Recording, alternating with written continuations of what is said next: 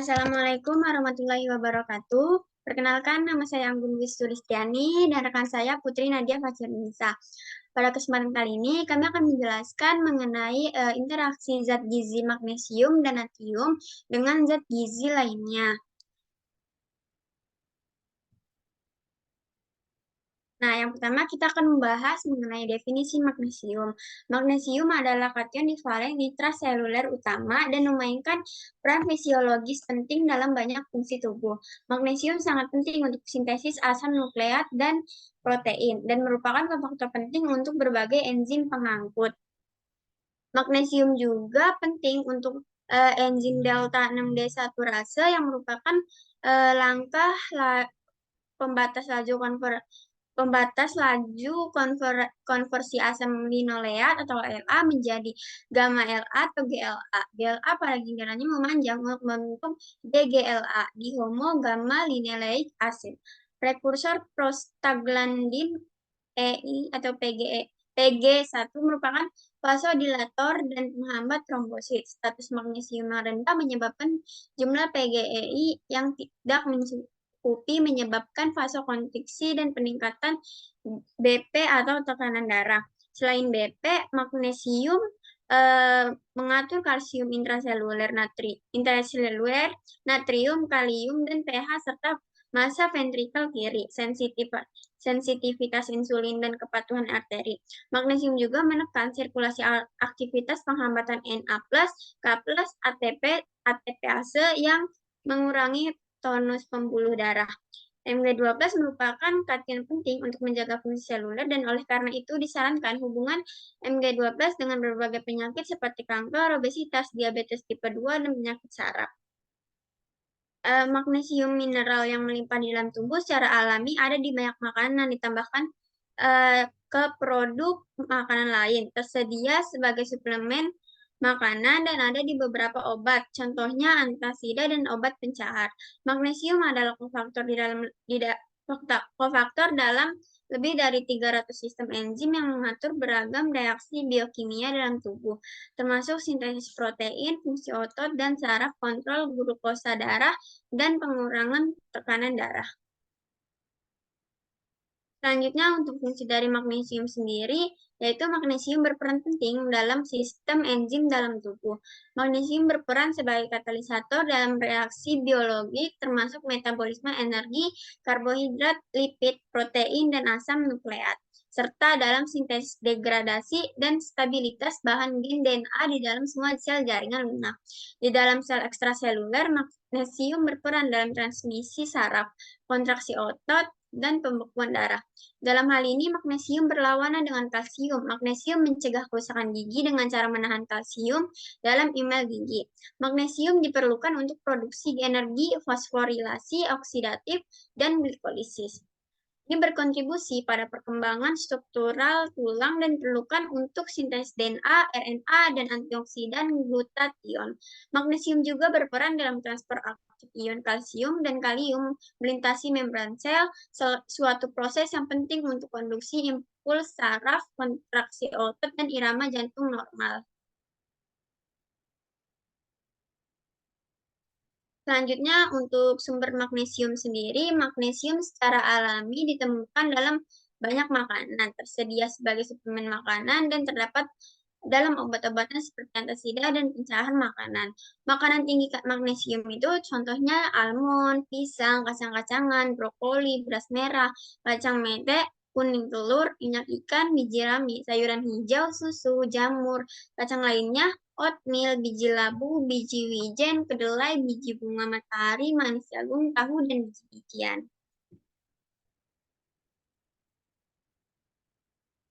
Nah, untuk metabolisme magnesium sendiri itu kan magnesium itu kan terdapat di penyerapan usus. Nah, penyerapan magnesium usus itu dicapai oleh paraseluler pasif dan serapan transseluler aktif. Di usus kecil, penyerapan magnesium sebagian terjadi oleh gradien elektrokimia dan oleh hambatan pelarut. Sebagian kecil magnesium diangkut melalui saluran ion spesifik subfamili transien reseptor potensial melastatin atau TRPM. terutama TRPM6 dan TRPM7. Saluran ion ini dianggap sebagai transporter khusus untuk magnesium yang memiliki saluran dan domain kinase, dan diyakini secara aktif mengatur homeostasis magnesium pada tingkat seluler. Regulasi ginjal magnesium sebagian dicapai melalui reabsorpsi dan ekskresi urin. Hampir 60% dari magnesium yang disaring diserap kembali di bagian kortikal yang tebal, dan hampir 5% sampai 10% diserap kembali di tubulus contortus distal.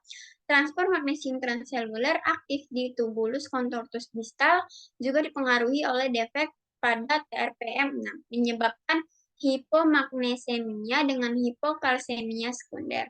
Saluran ini mengontrol masuknya magnesium apikal ke dalam epitel tubulus dan mengubah homeostasis magnesium total tubuh dengan mengubah ekskresi urin. Nah, untuk interaksi ZMG ini kita akan membahasnya magnesium dengan vitamin D.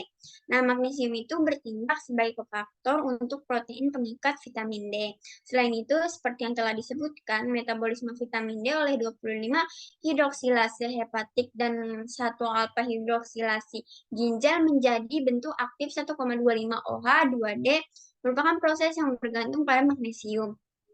Defisiensi magnesium menyebabkan penurunan kadar 1,25 OH2D dan gangguan respon hormon paratiroid atau PTH, dan telah terlibat dalam rakitis yang resisten terhadap vitamin D yang bergantung pada magnesium.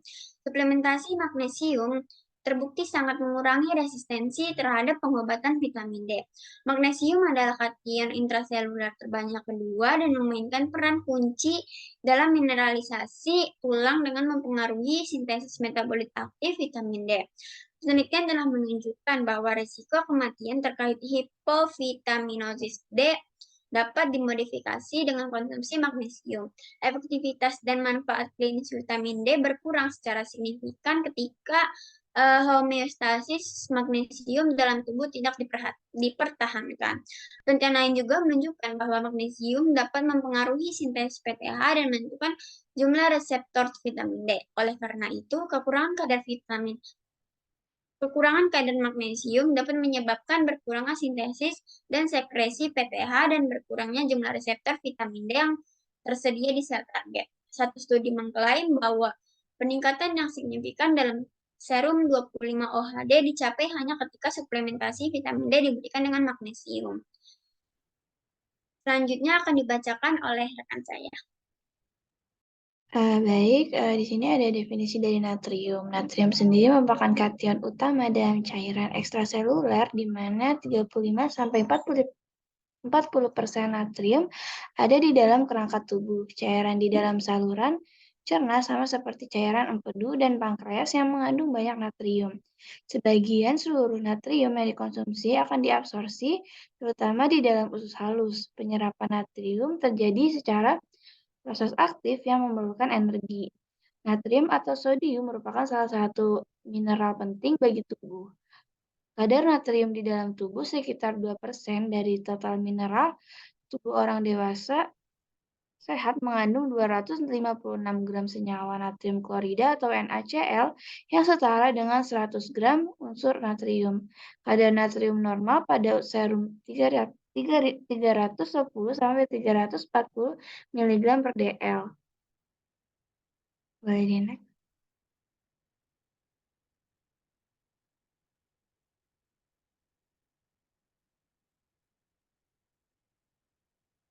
Baik, di sini ada fungsi dari Na, fungsi dan peran dari natrium sendiri bagi tubuh yaitu sebagai kation utama dalam cairan ekstraseluler. Natrium juga menjaga keseimbangan cairan dalam kompartemen tersebut. Natrium juga sebagian besar mengatur tekanan osmosis yang menjaga cairan tidak keluar dari darah dan masuk ke dalam sel-sel. Dan juga natrium ini berperan sebagai keseimbangan cairan agar tidak terganggu bila seseorang kehilangan natrium. Di sini juga ada sumbernya.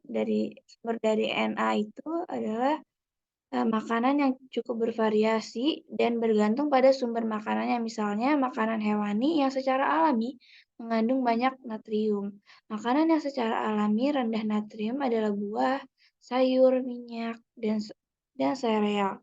Dengan kandungan mulai dari sedikit hingga 20 mg per 100 gram dengan beberapa pengecualian seperti daging dan produk perikanan secara alami mengandung 40 sampai 120 mg per 100 gram, tetapi beberapa kerang seperti remis dan tiram mengandung hingga 500 gram per 100 gram. Susu murni juga mengandung 50 mg per 100 gram. Kandungan natrium dari makanan olahan jelas bervariasi, tergantung pada jumlah garam yang ditambahkan selama persiapannya. Misalnya seperti roti, mungkin hanya mengandung beberapa ratus miligram natrium per 100 gram atau 1,5 sampai 2 gram. Lalu ada kandungan natrium dari beberapa daging dan keju tradisional sangat tinggi atau hingga sampai 2.500 mg per 100 gram.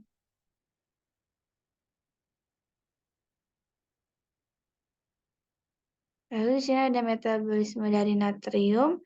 Metabolisme natrium ini diatur oleh ginjal melalui interaksi renin pada sistem angiotensin aldosteron, sistem saraf simpatis, peptida atrium, otak peptida natriurik, volume sirkulasi efektif, dan kandungan H2O serum.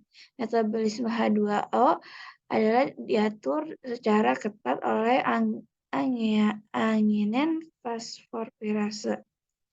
Jadi metabolisme natrium ini awal dari natrium yang diabsorpsi dibawa oleh aliran darah, lalu menuju ke ginjal. Di sini di ginjal ini natrium disaring dan dikembalikan lagi ke aliran darah dalam jumlah yang cukup untuk mempertahankan taraf natrium dalam darah. Jika kelebihan natrium yang jumlahnya mencapai 90-99% dari yang dikonsumsi akan dikeluarkan melalui urin. Boleh di next. Lalu penyerapan natrium ini terjadi hampir secara kuantitatif di usus halus, bagian distal, dan usus besar. Keseimbangan natrium dalam tubuh terkait erat dengan air dan dijaga dengan baik oleh ginjal. Di sini, natrium yang disaring oleh glomerulus diserap kembali dalam proporsi mulai dari 0,5% sampai dengan 10%, sesuai dengan kebutuhan di tingkat tubular, di mana angiotensin 2,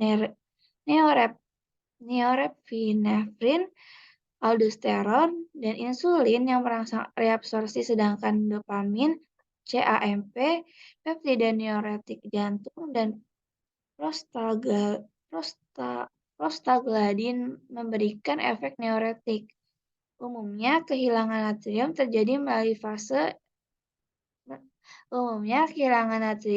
melalui feses dan juga keringat. Kehilangan ini meningkat dengan meningkatnya asupan natrium, meskipun sebagian darinya adalah wajib. Natrium adalah nutrisi penting yang terlibat dalam pemeliharaan hemostasis seluler normal dan dalam pengaturannya keseimbangan cairan dan elektrolit serta tekanan darah atau BP.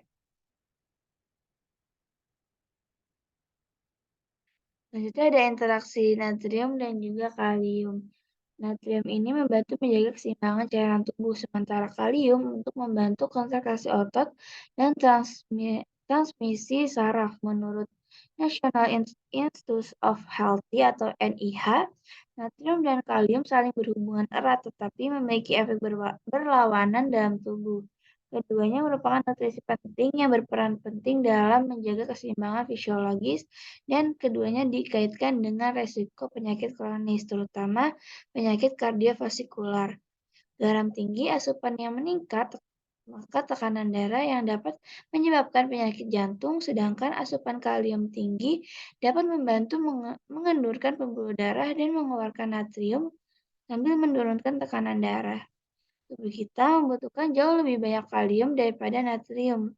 setiap harinya, tetapi pola makan yang diusung dari negara AS atau Amerika Serikat justru sebaliknya. Rata-rata orang Amerika Serikat sekitar 3.300 mg sodium per hari, mengonsumsi 3.300 mg per hari. Sekitar 75% diantaranya berasal dari makanan olahan, sementara hanya mendapatkan sekitar 2.900 mg potasium setiap harinya.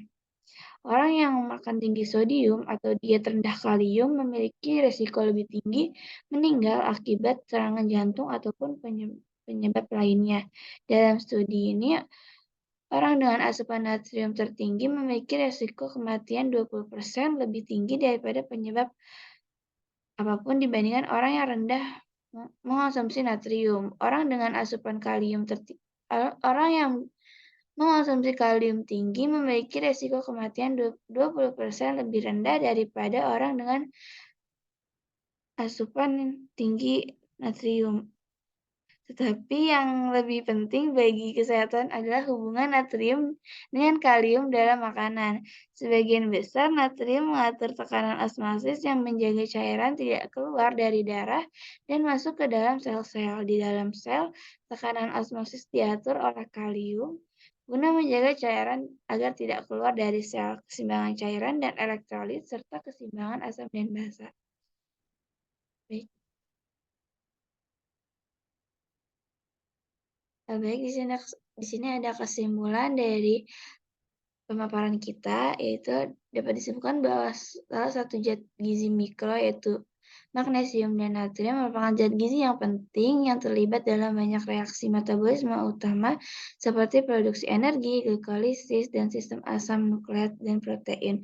Kedua zat gizi tersebut berfungsi sebagai penjaga keseimbangan air dan elektrolit atau asam dan basa di dalam sel. Perbedaan kedua zat gizi mikro ini pada letaknya cairan natrium terdapat lebih banyak di cairan ekstraseluler daripada intraseluler, dan sebanyak 30-40% berada di dalam tulang, sedangkan magnesium lebih mudah diserap dengan baik oleh usus atau bioavailabilitas oral bervariasi dari 35% sampai 70% dan bergantung pada berbagai faktor seperti bentuk garam dan magnesium.